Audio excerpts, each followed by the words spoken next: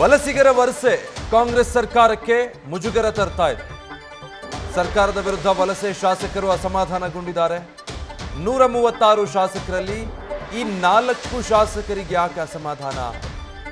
ಸಮಸ್ಯೆ ಇದೆಯಾ, ಬೇಕು ಅಂತಾನೆ ಗೊಂದಲ ಸೃಷ್ಟಿ ಮಾಡ್ತಾ ಇದ್ದಾರಾ? ವಲಸಿಗ ಶಾಸಕರ ಉದ್ದೇಶದ ಬಗ್ಗೆ ಕಾಂಗ್ರೆಸ್ನಲ್ಲಿ ಚರ್ಚೆ ಆಗ್ತಾ ಇದೆ. ಅಸಮಾಧಾನ ತಿಳಿಗೊಳಿಸುವಂತ ಜವಾಬ್ದಾರಿ ಮುಖ್ಯಮಂತ್ರಿಗಳ ಹೆಗಲಿಗಿದೆ.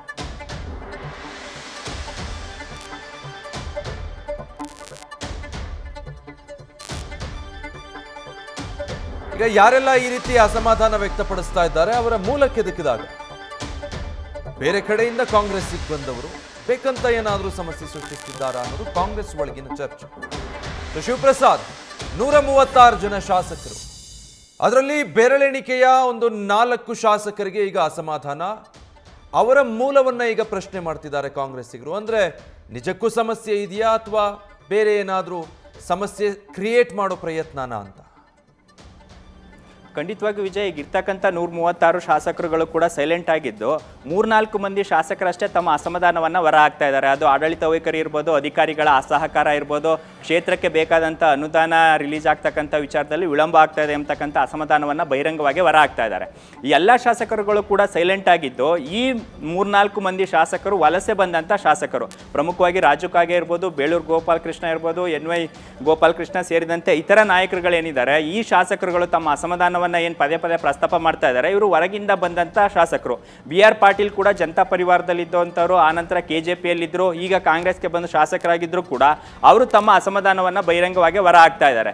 ಈ ರೀತಿಯ ಶಾಸಕರು, ವಲಸೆ ಶಾಸಕರಷ್ಟೇ ಸರ್ಕಾರದ ವಿರುದ್ಧ ತಮ್ಮ ಅಸಮಾಧಾನವನ್ನು ಹೊರ ಹಾಕೋದ್ರ ಮುಖಾಂತರ ಏನಾದರೂ ಬೇಕಂತಾನೆ ಬೇರೆ ಉದ್ದೇಶಗಳಿಗಾಗಿ ಈ ರೀತಿಯ ಪ್ರಸ್ತಾಪ ಮಾಡ್ತಾ ಇದ್ದಾರಾ, ಇಲ್ಲ ಕ್ಷೇತ್ರದಲ್ಲಿ ಮತ್ತೆ ಅಧಿಕಾರಿಗಳ ಸರಿಯಾಗಿ ನಡೆಸ್ಕೊಳ್ತಾ ಇಲ್ವಾ ಎಂಬತಕ್ಕಂಥ ಚರ್ಚೆ ಕೂಡ ಶುರುವಾಗ್ತಾ ಇದೆ.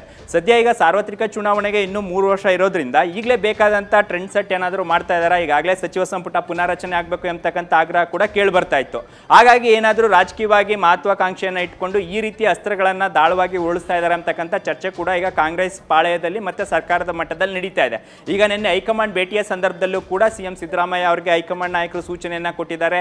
ಯಾರ್ಯಾರೆಲ್ಲ ಅಸಮಾಧಾನಿತ ಶಾಸಕರಿದ್ದಾರೆ, ಕ್ಷೇತ್ರದ ಅಭಿವೃದ್ಧಿ ವಿಚಾರ, ಶಾಸಕರಿಗೆ ಸಚಿವರು ಸೂಕ್ತವಾಗಿ ಸ್ಪಂದಿಸ್ತಾ ಇರೋ ವಿಚಾರ ಇಟ್ಕೊಂಡು ಏನು ಮಾತಾಡ್ತಾ ಇದ್ದಾರೆ ಬಹಿರಂಗವಾಗಿ, ಅವರೆಲ್ಲರನ್ನೂ ಕೂಡ ತಾವು ವಿಶ್ವಾಸಕ್ಕೆ ತೆಗೆದುಕೊಳ್ಬೇಕು, ಮಾತುಕತೆಯನ್ನು ನಡೆಸಬೇಕು ಅಂತಕ್ಕಂಥ ಸೂಚನೆಯನ್ನು ಕೂಡ ಕೊಟ್ಟಿದ್ದಾರೆ.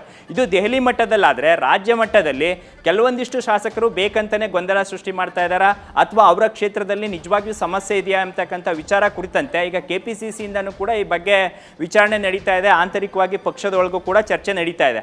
ಕೆಲವೊಂದಿಷ್ಟು ಅಧಿಕಾರಿಗಳು, ಕೆಲವೊಂದಿಷ್ಟು ಇಲಾಖೆಗಳಲ್ಲಿ ಸಚಿವರು ಸ್ಪಂದಿಸ್ತಾ ಇದ್ದಂಥ ಸಂದರ್ಭದಲ್ಲಿ ಖುದ್ದು CM ಸಿದ್ದರಾಮಯ್ಯ ಅವರೇ ಈ ವಿಚಾರಗಳನ್ನು, ಈ ಶಾಸಕರನ್ನು ವಿಶ್ವಾಸಕ್ಕೆ ತೆಗೆದುಕೊಳ್ಬೇಕು, ಅವರ ಅಹವಾಲನ್ನು ಆಲಿಸಬೇಕು ಅಂತಕ್ಕಂಥ ಸೂಚನೆಯನ್ನು ಈಗ ಹೈಕಮಾಂಡ್ ನಾಯಕರು ನೀಡಿರೋದ್ರಿಂದ ಮುಂಬರ್ತಕ್ಕಂಥ ದಿನಗಳಲ್ಲಿ ಈ ಶಾಸಕರ ಸಮಸ್ಯೆಗಳನ್ನು, ಅವ್ರಿಗೆ ಬೇಕಾದಂಥ ಅನುದಾನಗಳಿರ್ಬೋದು, ಕೆಲವೊಂದಿಷ್ಟು ಅಧಿಕಾರಿಗಳು ಹೇಳಿದ ಮಾತನ್ನು ಕೇಳದೇ ಇರತಕ್ಕಂಥ ವಿಚಾರವನ್ನು ಖುದ್ದು CM ಸಿದ್ದರಾಮಯ್ಯ ಅವರೇ ಬಗೆಹರಿಸ್ತಾರೆ ಅಂತಕ್ಕಂಥ ಮಾಹಿತಿ ಇದ್ದು, ಸದ್ಯ ಈಗ ವಲಸಿಗ ಶಾಸಕರ ಈ ಮಾತುಗಳೇನಿದೆ ಇದು ಪಕ್ಷಕ್ಕೆ ಮತ್ತು ಸರ್ಕಾರಕ್ಕೆ ದೊಡ್ಡ ಮಟ್ಟದ ಮುಜುಗರ, ಜೊತೆಗೆ ಹೈಕಮಾಂಡ್ ನಾಯಕರ ಸೂಚನೆಯಿಂದ ಮುಂಬರ್ತಕ್ಕಂಥ ದಿನಗಳಲ್ಲಿ ಈ ಶಾಸಕರು ಯಾವ ರೀತಿ ಕೆಲಸ ಮಾಡ್ತಾರೆ, ಅವರಲ್ಲಿ ಇರ್ತಕ್ಕಂಥ ಅಸಮಾಧಾನ ತಣ್ಣಗಾಗುತ್ತೆ ಎಂಬ ವಿಚಾರ ಕುರಿತಂತೆ ಸ್ವಲ್ಪ ದಿನಗಳಲ್ಲೇ ಇದಕ್ಕೆ ಉತ್ತರ ಸಿಗಲಿದೆ. Vijay, thank you Shivaprasad. News first, ನಿರ್ಭೀತಿಯಿಂದ ನಿಮ್ಮ ಪರವಾಗಿ.